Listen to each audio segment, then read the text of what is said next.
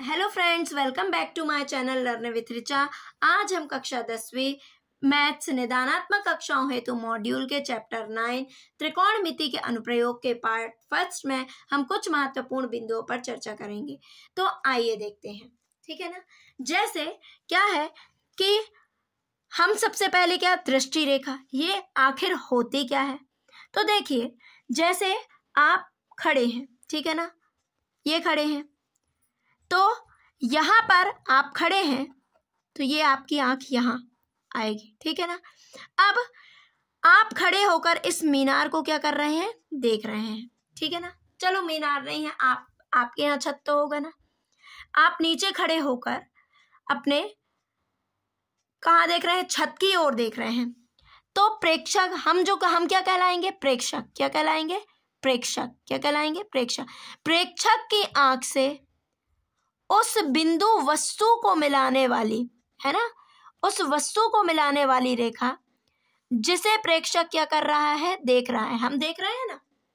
तो प्रेक्षक की आंख से उस बिंदु वस्तु को मिलाने वाली रेखा जिसे प्रेक्षक देख रहा है वो क्या कहलाएगी, दृष्टि रेखा। क्या कहलाएगी, दृष्टि रेखा, ठीक है ना। तो ये हो जाएगा, समझ में आए ना। तो हम क्या कर रहे हैं, जिस वस्तु को देख रहे हैं, तो प्रेक्षक की आंख से उस बिंदु वस्तु को मिलाने वाली रेखा जिसे प्रेक्षक देख रहा है उसे क्या कहेंगे, दृष्टि रेखा, ठीक है ना। तो दृष्टि रेखा क्या कहलाएगी, प्रेक्षक की आंख से वस्तु के बिंदु को मिलाने वाली रेखा को मिलाने वाली रेखा क्या कहलाएगी, दृष्टि रेखा, ठीक है ना। समझ में आया।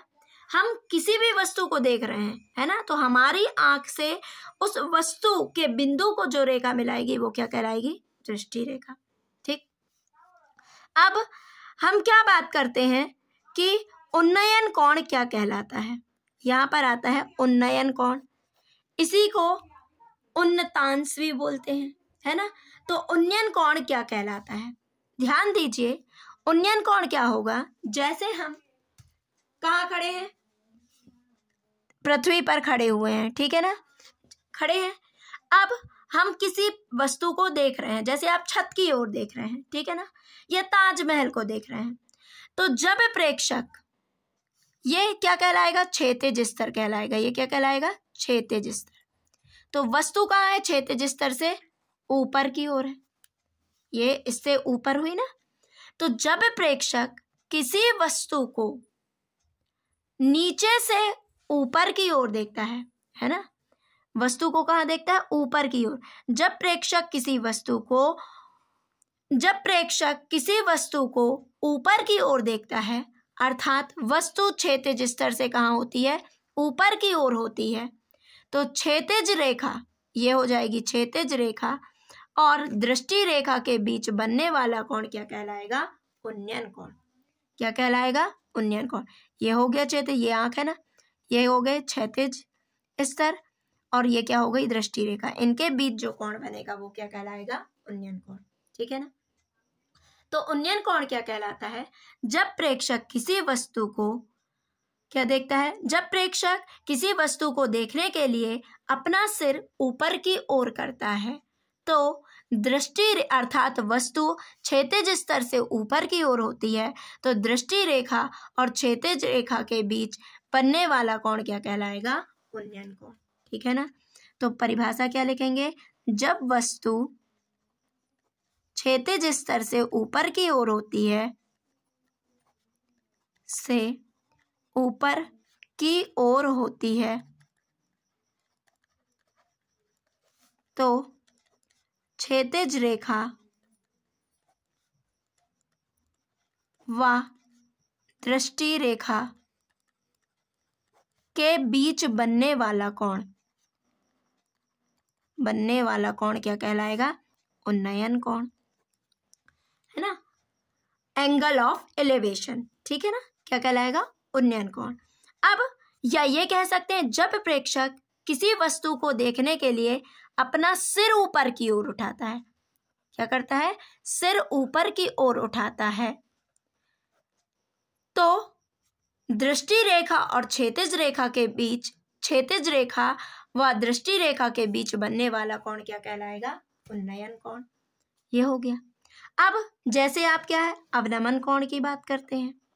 अवनमन कोण क्या कहलाता है, जैसे हम छत पर खड़े हुए हैं, ठीक है ना, इमेजिन कीजिए हम छत पर खड़े हुए हैं और नीचे हम किसी वस्तु को देख रहे हैं, ठीक है ना, ये है हम यहाँ खड़े हुए हैं, ठीक, ये इसका क्या कहलाएगा, क्षैतिज स्तर, ठीक है ना, क्या कहलाएगा, क्षैतिज स्तर, ठीक।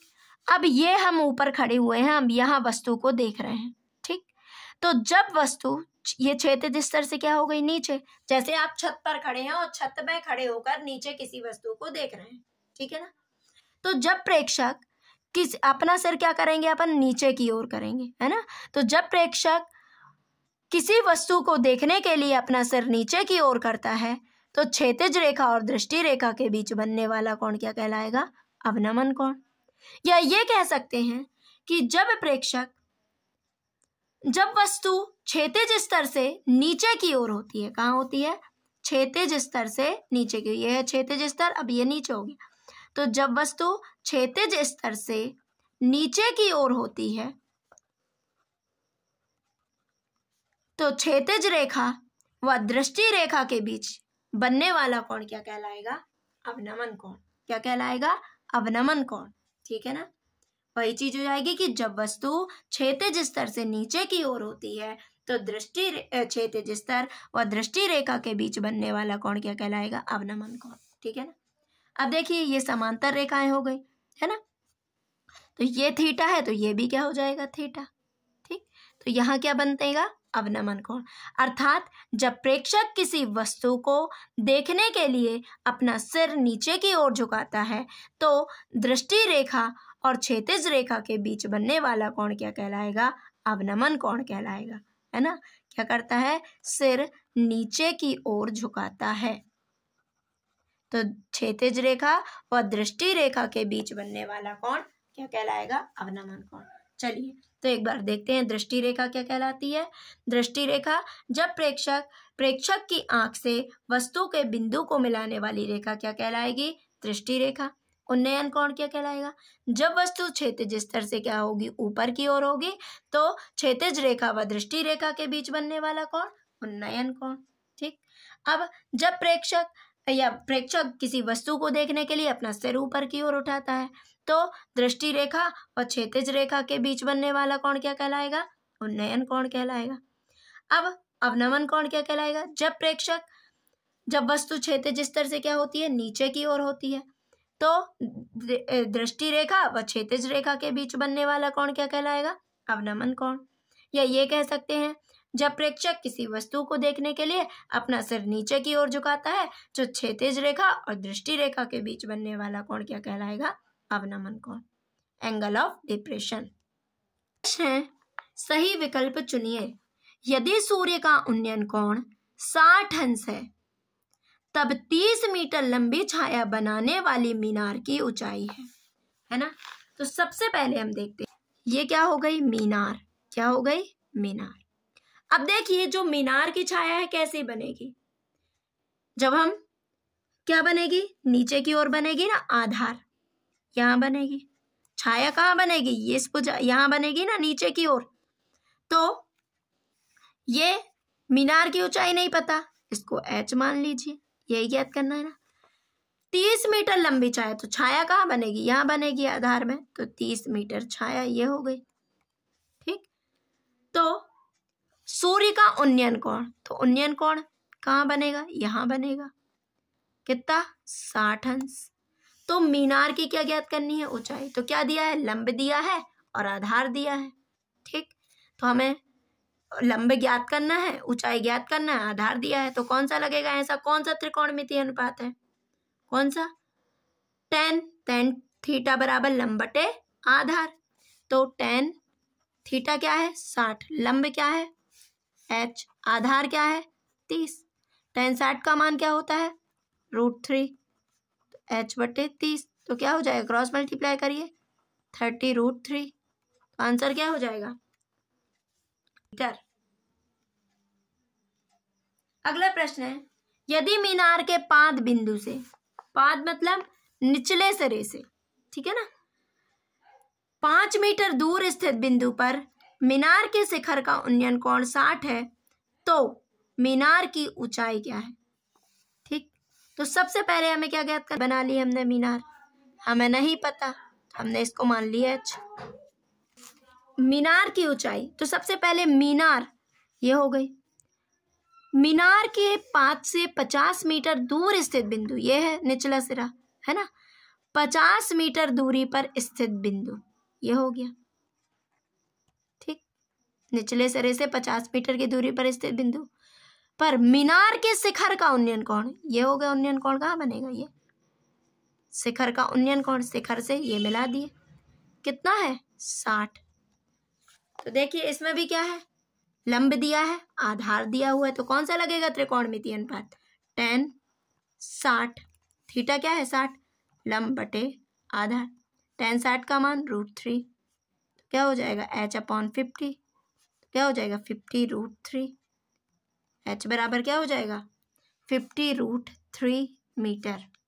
दो स्तंभ 20 मीटर और 14 मीटर ऊंचे हैं।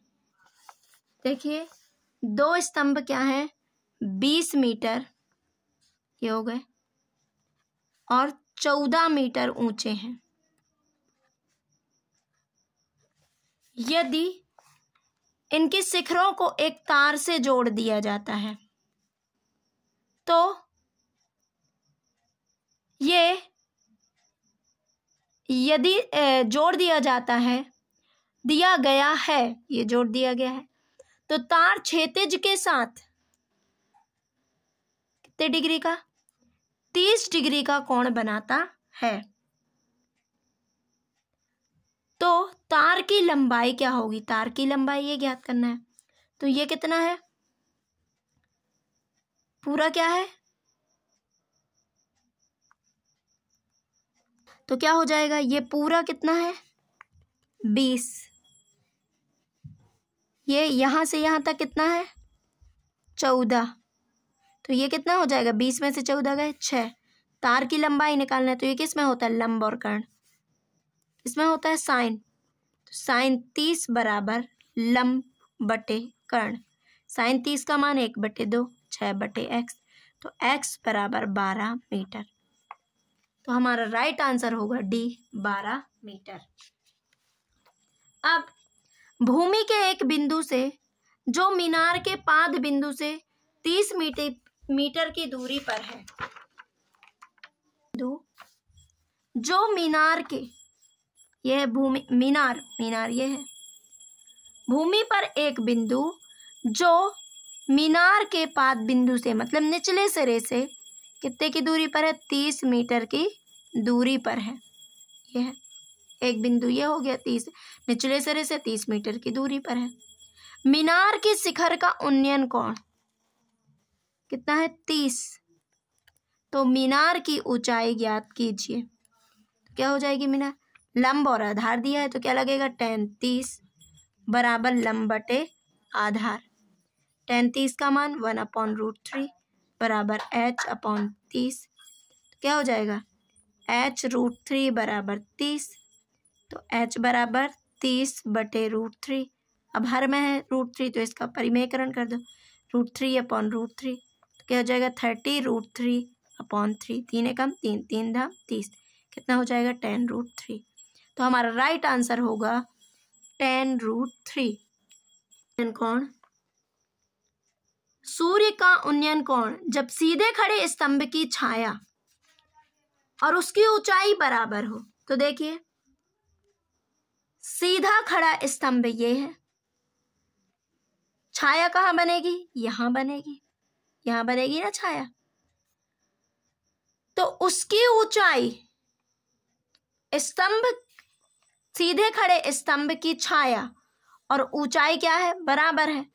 तो मतलब जितनी ऊंचाई उतनी ही छाया, यही है ना, ऊंचाई और छाया बराबर है। तो हमने ऊंचाई h ली, तो ऊंचाई जितनी छाया भी उतनी। सूर्य का उन्नयन कोण निकालना है, ये निकालना है। तो लंब और आधार दिया है तो किस में होता है, टेन में। टेन थीटा बराबर लंब बटे आधार, कितना आ गया, 1। किसका मान होता है 1, टेन 45। तो थीटा बराबर क्या हो गया, 45। राइट आंसर क्या हो जाएगा, बी 45। 6 मीटर ऊंचे वृक्ष की छाया 4 मीटर लंबी है। उसी समय एक खंबे की छाया 50 मीटर लंबी है। तो खंबे की ऊंचाई है 6 मीटर ऊंचे वृक्ष की छाया, यह है 6 मीटर ऊंचा वृक्ष। छाया कहाँ बनेगी, यहाँ पर। इसकी लंबाई कितनी है, 4 मीटर। 6 मीटर ऊंचे वृक्ष की छाया 4 मीटर लंबी है। और उसी समय मतलब कोण तो समान होगा ना। उसी समय एक खंबे की छाया 50 मीटर, ये हो गई खंबे की, ये खंबा है, खंबे की छाया 50 मीटर लंबी है। तो खंबे की ऊंचाई ज्ञात कीजिए। तो यहाँ पर उसी समय बात हो रही है तो थीटा क्या होंगे, समान होंगे। थीटा क्या होंगे, समान होंगे, है ना। तो देखते हैं, टेन थीटा बराबर क्या हो जाएगा, 6/4, 2 तिया 6, 2 दूनी 4, 3/2। यहाँ भी क्या हो जाएगा, टेन थीटा बराबर h/50। जब ये बराबर है तो ये भी आपस में बराबर हो जाएंगे। तो 3/2 बराबर h/50। 2 एकम 2, 2 दूनी 4, 1 बचे 2 पंचे 10। क्या हो जाएगा, क्रॉस मल्टीप्लाई 25 × 75। तो h बराबर कितना हो जाएगा, मीटर। तो हमारा राइट आंसर क्या होगा, 75 मीटर। अगला प्रश्न है, एक सीधे खंबे की छाया की लंबाई खंबे की ऊंचाई की √3 गुना है। एक सीधे खंबा, यह है खंबा, की छाया की लंबाई, खंबे की छाया की लंबाई खंबे की ऊंचाई की √3 गुना है। तो ऊंचाई तो माना कि खंबे की ऊंचाई मान लेते हैं हम, कितनी है, h। तो छाया की लंबाई खंबे की ऊंचाई की कितनी है, छाया की लंबाई खंबे की ऊंचाई की कितनी है, √3 गुना। तो ये हो गया। तो छाया की लंबाई क्या हो गई, h √3 और ऊंचाई h, ये इस तरह से। तो उन्नयन कोण क्या हो जाएगा, निकालते हैं। क्या लगेगा, tan लगेगा ना, लंब आधार है। tan थीटा बराबर लंब बटे आधार, h से h कैंसिल, तो क्या आ गया, 1/√3। किसका मान होता है ये, तो 1/√3 tan 30 का मान होता है। तो थीटा बराबर 30 अंश। तो हमारा अंश। अब एक मीनार से 100 मीटर दूर स्थित बिंदु पर मीनार का उन्नयन कोण 60 है। तो मीनार की ऊंचाई ज्ञात कीजिए। तो आइए देखते हैं, एक मीनार की ऊंचाई निकालना है, h। मीनार से 100 मीटर की दूरी पर स्थित बिंदु, यह हो गया 100 मीटर की दूरी पर स्थित बिंदु पर मीनार का उन्नयन कोण ये नीचे बनेगा ना, थीटा कितना है, 60 अंश। तो क्या दिया हुआ है, निकालिए मीनार की ऊंचाई। tan 60 बराबर लंब बटे आधार। 60 का मान क्या होता है, √3 h/100। तो क्या हो जाएगा, 100√3। क्या हो जाएगा, ऊंचाई 100√3 मीटर। को मेरे द्वारा पढ़ाया हुआ समझ में आया है तो आप मेरे चैनल को ज़्यादा से ज़्यादा लाइक, शेयर एंड सब्सक्राइब कीजिए। Thank you for watching.